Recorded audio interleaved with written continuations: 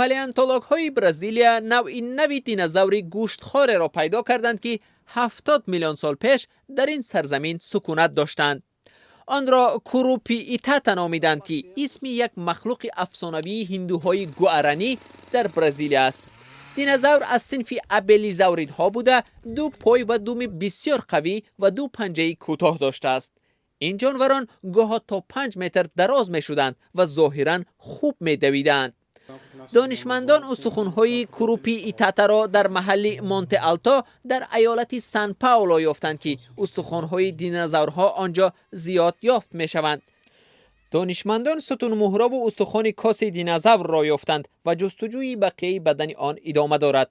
اولین پارچه‌های استخوان این جانور را سال 2002 پیدا کرده بودند. حالا جسمی پلاستیکی و استخوان‌های آن را در آثارخانه محلی می‌گذارند.